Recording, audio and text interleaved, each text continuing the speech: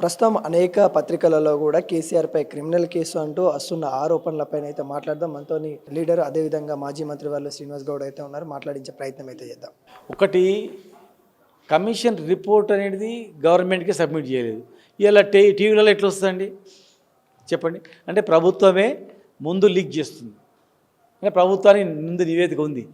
ఎట్లుంటుంది అంటే వాళ్ళ ఆలోచన ప్రకారం జరగాలని. అంటే వాళ్ళ టార్గెట్ కేసీఆర్, బద్నాం డాట్ కేసీఆర్.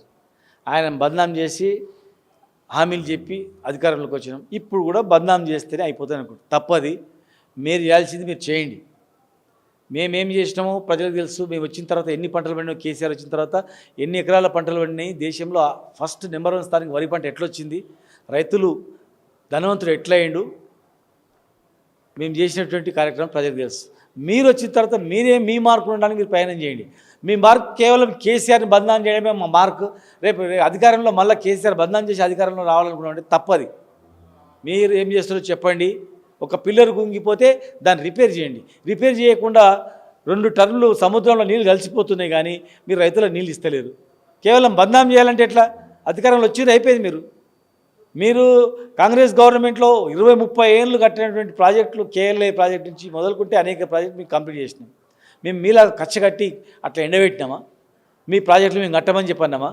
మీరు చేసినటువంటి కల్లకుర్తి కానీ, నెట్టెంపాడు కానీ, భీమా కానీ అనేక ప్రాజెక్టులు మేము కంప్లీట్ చేసినాం. కాంగ్రెస్ స్టార్ట్ చేసిందని చెప్పినాం గొప్పగా. రాజశేఖర రెడ్డి గారు స్టార్ట్ చేసినటువంటి ఆరోగ్యశ్రీ బ్రహ్మాండం కూడా చెప్పినాం. మీరు ఏం చేయకుండా ఇంకా బదనాం చేసుకుంటూ పోయి తెలంగాణ ఆగం చేయకండి. చాలా కష్టాల మీద వచ్చింది తెలంగాణ. ఎన్నో కష్టాలు పడి ప్రాణాలకు తెగించి కొట్లాడి తెచ్చుకున్న తెలంగాణ ఇది. కనుక దీన్ని టైంపాస్ చేయకుండా, బంధం చేయకుండా దృష్టి పెట్టాలని. కేసీఆర్పై క్రిమినల్ కేసు అంటూ వార్తలు వస్తున్నాయి. ఎన్నెన్న పెట్టినా మేము దానికి రెడీ ఉన్నాం పోయి.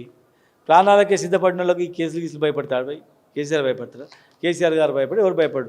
ప్రాణాల మీద ఎక్కడ అయినోడికి మిగతా ఏమైనా గోరు పోయింది, గోరు గీక్కపోయిందంటే ఏమైనా అవుతుందా? ఏం కాదు.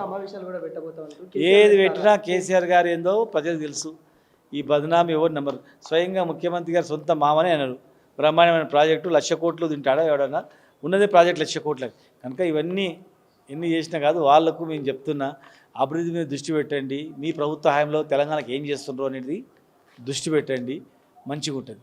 ఇంకా బదనాం చేసింది అయిపోయింది. దాని మీదనే ఉంటే కాలం గడుపుతుంటే కాదు. అది కేసీఆర్పై ఆరోపణలు చేయడానికే కాంగ్రెస్ పార్టీ కాలయాపన చేస్తూ ఉంది. కాళేశ్వరం ప్రాజెక్టు పైన కాంగ్రెస్ పార్టీ ఎలా చేసినా కానీ ప్రజలు నమ్మబోరని, కేసీఆర్ ఖచ్చితంగా తను ప్రజల కోసమే పనిచేసే వ్యక్తి అని కూడా శ్రీనివాస్ గౌడ్ చెప్తున్న పరిస్థితి కనబడతా ఉంది. కాలయాపన పేరుతోని ఈ విధంగా బీఆర్ఎస్ పైన కుట్రలు చేస్తూ ఉన్నారు కాంగ్రెస్ అన్నట్టు కూడా తను చెప్తున్న పరిస్థితి కనబడతా ఉంది. కెమెరామెన్ రవీందర్తో అనిల్, హైదరాబాద్.